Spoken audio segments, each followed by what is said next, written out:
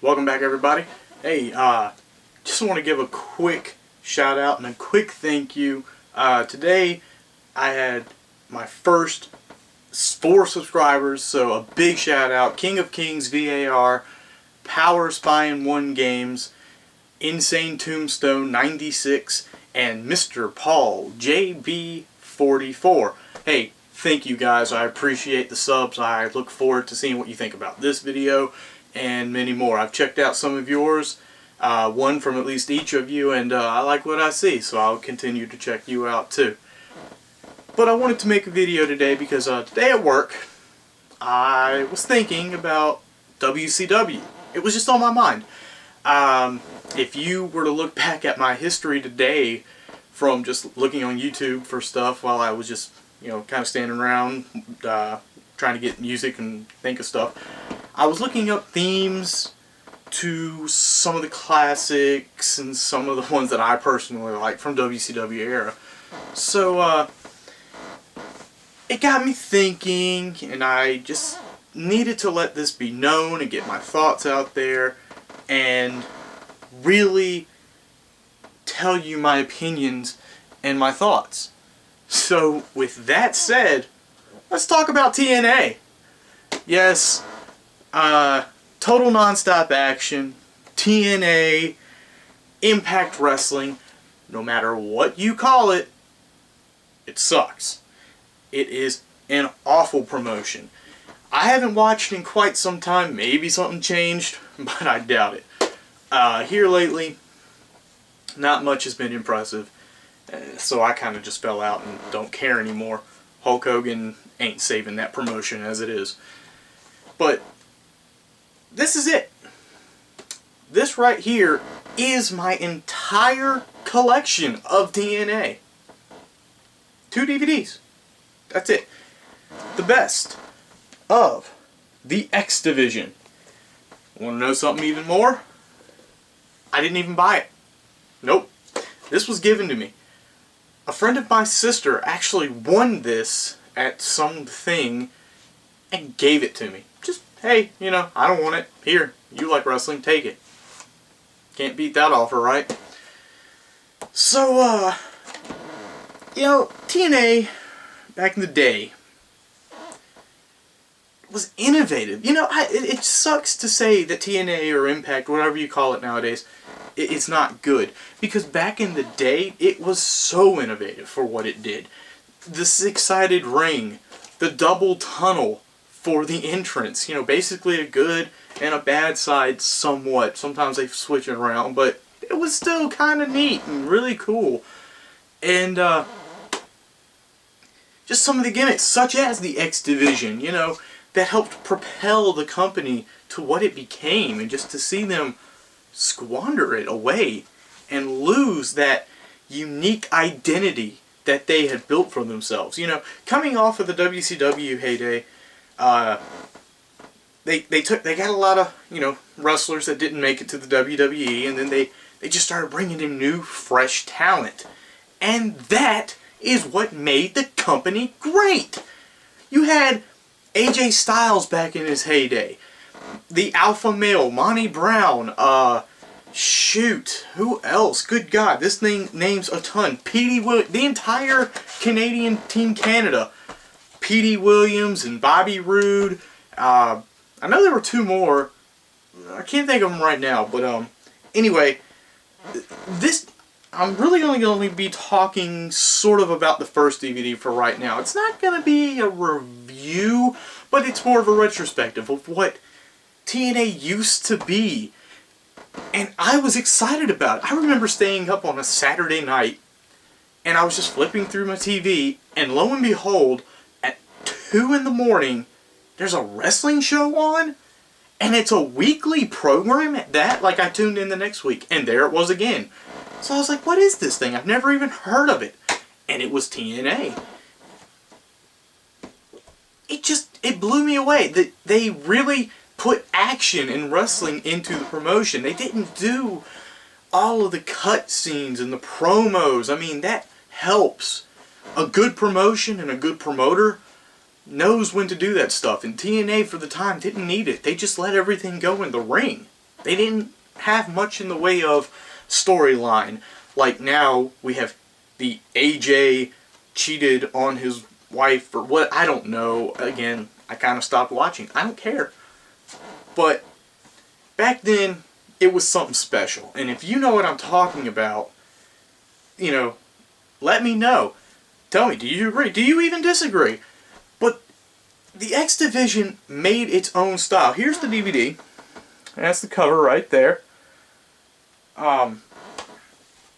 This goes back to like 2004, the first match on here, Victory Road. It's a 20-man gauntlet match. The X Division was insane. In the time when WWE was transitioning from that, you know, the team WCW, you know, and ECW versus WWE, you know, they were transitioning, and then they started doing the PG thing. TNA came along and said, you know what, we're not gonna limit our wrestlers, and the X Division was the antithesis of that. They let these guys get out there and do anything almost. I mean, they just were balls to the wall, non-stop, fast-paced, and they even said, you know, that was the tagline of the X Division. It's not about weight limits, it's about no limits. Can't get more simple than that. It said everything it needed to, and they fucking delivered on it constantly. So, the first match on the DVD, the 20-man gauntlet, my God, so good. You know, it's never really boring. It just keeps throwing them out there. I know WWE has the Royal Rumble. That's my favorite match of all time. That is my favorite match. And they took it and they just made it faster. They made it a minute and just non-stop, bam, bam, bam, bam, bam. The ending is a little strange where you get down to the final two and then it just goes into a regular match situation. That was okay. But even up until that, you know, even that part is still kind of interesting to watch based on what happens on the match. I'm only going to really hit the highlights because a couple matches, they're still good, but there are better ones on here. We've got the Ultimate X match, Petey Williams, AJ Styles, Chris Sabin, Triple Threat match, Ultimate X match. Another innovation from them. They said, you know what? We like the ladder match, but we just don't want to have a ladder. Well, what else can we do?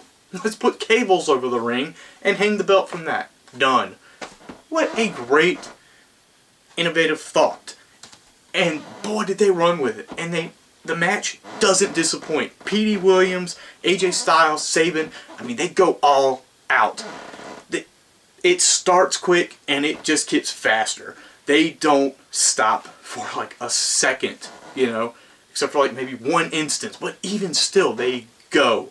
And that's what wrestling needs. It needs to get back to that. You watch this and the fans that are there are so in tune to the match because, you know, it keeps going back and forth. You don't know who is going to win. And in the end, you know, AJ Styles comes out and he takes it, he wins. It's a great match. It's a great match. You know, I'm giving this little history thing because, you know, we saw where TNA started. It wasn't, okay, let's even be a little more realistic. It was about midway. It wasn't WWE, but it certainly wasn't what we're watching now, which, you know, I'm not even on screen anymore. That's how bad it is. Anyway, you know, this DVD is really a good to see where it came from.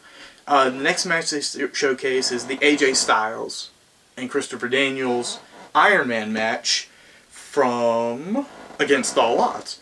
I believe this was still 2004, but I could be wrong. Daniels was defending against AJ Styles, and they said, you know, it's the first time they've met in TNA. Oh, they've met before in the indie circuit, but this is, you know, for real. This is live, you know, big time promotion. So, yeah, this is going to be it.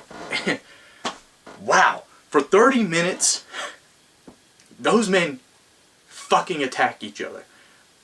AJ bleeds. I mean, they just pop and pop and pop and pop over and over and over and over and over again. I mean, at one time, Daniels freaking crushes Styles. I mean, and it just, he hits him move for move, and he still can't beat him. It winds up going to a 1-1 tie, a draw. Now, for everything I praise about the match, the ending is where it kind of sours out for me. Because in the event of a tie, shouldn't the champion just win? Well, that doesn't happen here. Unfortunately, they really don't declare a winner, and then Daniels does one of the dumbest things I've ever seen, where he actually goes, I want this match to be started up again, Dusty Rhodes. Sudden death. Two things. First of all, you're the champion. Shouldn't you be saying, I won. I won. He couldn't beat me. He all he did was tie. That's not winning. So I'm the champion. That's one. And two, what's the point if you were going to make a 30-minute or an hour-long Iron Man contest? I have never understood the point in ending in a draw. Why? Unless you're going to build to something where maybe they can't beat each other or something like that, it seems rather pointless. There should always be a winner. Always. So, what that essentially did was take a 30-minute long match, Iron Man contest, where it's about how many pins or submissions can somebody get, and they made it into just a one-fall contest. So, really, all that other stuff didn't fucking matter, Seems kind of silly, kind of pointless. And there's even a spot in the match where fucking Doug West, I couldn't stand this guy. This was one of the biggest flaws of TNA. But Doug West is talking about Styles and how he got rammed into the side of the turnbuckle and he split open, and Styles is just, groggy on the floor, and Daniels is in the ring, just parading around like he's the fucking man, because he was. And Doug West goes, "Oh, Daniels, he's gotta get Styles in the ring. He's gotta get him in the ring to beat him." Why? Why isn't the ref counting? 1, 2. It's a count out. He doesn't have to get him in the ring. There should be a fucking count out. But no, of course, it doesn't happen because the ref keeps having to stop, or I don't even know if he even made a count, if he even tried to, but he kept trying to stop Daniels from going out of the ring when he wasn't trying to go out of the ring. I don't know. That's my own little side note about Iron Man matches. But still, great match. Oh, what a hell of a match. Move for move, those two knew how to fucking work. And it was very impressive.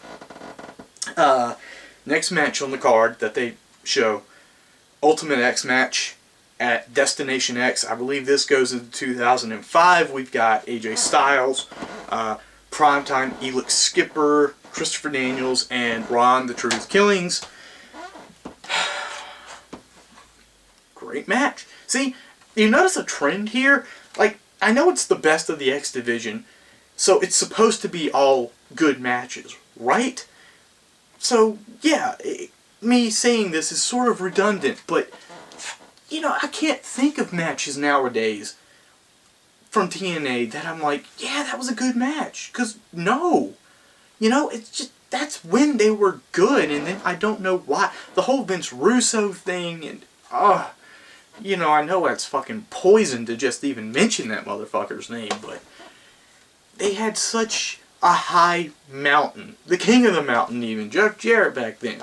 I enjoyed the gimmick. They needed someone to parade around and be the champion, and I thought it worked, till someone finally dethroned him. TNA in the day was great, and just to see them fall makes them pointless. It makes me go, well, why would I watch? They don't ever, you know, I mean, now they keep trying to say, well, we're bringing the gut check challenge and new talents coming in, but, who cares? Really? It doesn't matter. You know they're going to pretty much take everybody. And if they don't, you know, I saw they made a story where the guy was, you know, going against Al Snow because he said no and all that shit. Who cares? Who cares? You know, stop saying they're nobodies and just start bringing them in and trying to establish them. Give them a character. Don't just say, yeah, this is you. Go out there and fight and we'll see if we want you or not. Who gives a fuck? But anyway, this match, Styles, Skipper, Daniels, and Killings starts off as a tag team. Kind of. As a weird four-way tag team type thing where you can tag anybody you want and, you know, whoever's the illegal man gets to climb it. Why not just make it a four-way? I just talked about the three-way match, P.D. Williams, AJ Styles, Sabin. Why not just have this be a four-way? See, for every good thing TNA did or thought of or does and thinks of, they know how to ruin it. They really know how to cut it, you know, cut it with a knife and just say, we'll just fuck it up somehow right here. And in this match, the whole tag team thing, like, it doesn't even last. It becomes a fatal four-way, basically, which it should have been. And, who is it? Yeah, Daniels winds up stealing the win as him and AJ Styles go up, and like 3 times they keep fucking it up trying to get the belt. So eventually, finally, I think Styles comes down with it. But the referee got hit on the head sometime, and Daniels kind of rips it away, and the ref comes to and sees, oh, hey, he's got the belt, so he must have grabbed it. He wins. So Christopher Daniels wins. He becomes the new champion. And the next match, which is going to be the last one I actually talk about, but there's still 2 more on here. We got the Escape match from Lockdown, before it became Lethal Lockdown. And this was a 4-way cage match. And we have Sabin versus Matt Bentley, Sanjay Dutt, and a guy named the Shocker. I don't know, some Mexican guy. So, again, we've got 4 men, steel cage, the escape match, escape, and it's a tag. That's how it starts. See, again, it was cool up until that. It's a tag team. Same thing as the last X match. You know, tornado type thing, tag who you want, and the thing is, when you get down to the final 2, when there's only 2 men left in the ring, then you get to try and escape. Wow. And just a little something else. Matt Bentley, apparently at the time, was with this woman named Trinity. And Trinity was nothing more than a Lita copy. She was a Lita clone. And she actually does a Lita salt from the top of the cage. It wasn't good. She actually overshoots and kind of starts landing on her feet by the time she gets down to the bottom. She was hot, but she's not Lita, and that was a pointless maneuver, and it was a pointless point because Matt Bentley got eliminated. The final 2 men were Chris Sabin and that guy, the Shocker, that I don't even know. And then they go right into the escape portion of it, and they each get over the top, and the Shocker lets go before Sabin, and the Shocker wins. So it was an alright match. Nothing too... I mean, the stunts in it were still cool. It was non-stop, but silly as well. There are 2 more matches on here. I'm not really going to talk about, unless you want me to actually do a full review of this thing. I'll definitely give you one if you like. And this actually came in a 2-pack. So I've got right here The Best of the X Division, Volume 2. Ooh, right there. And I'm not going to be talking about that one this time. Maybe eventually, if you'd like, or whenever I can get around to it. I do remember the last time I did watch it, because it's been quite a while.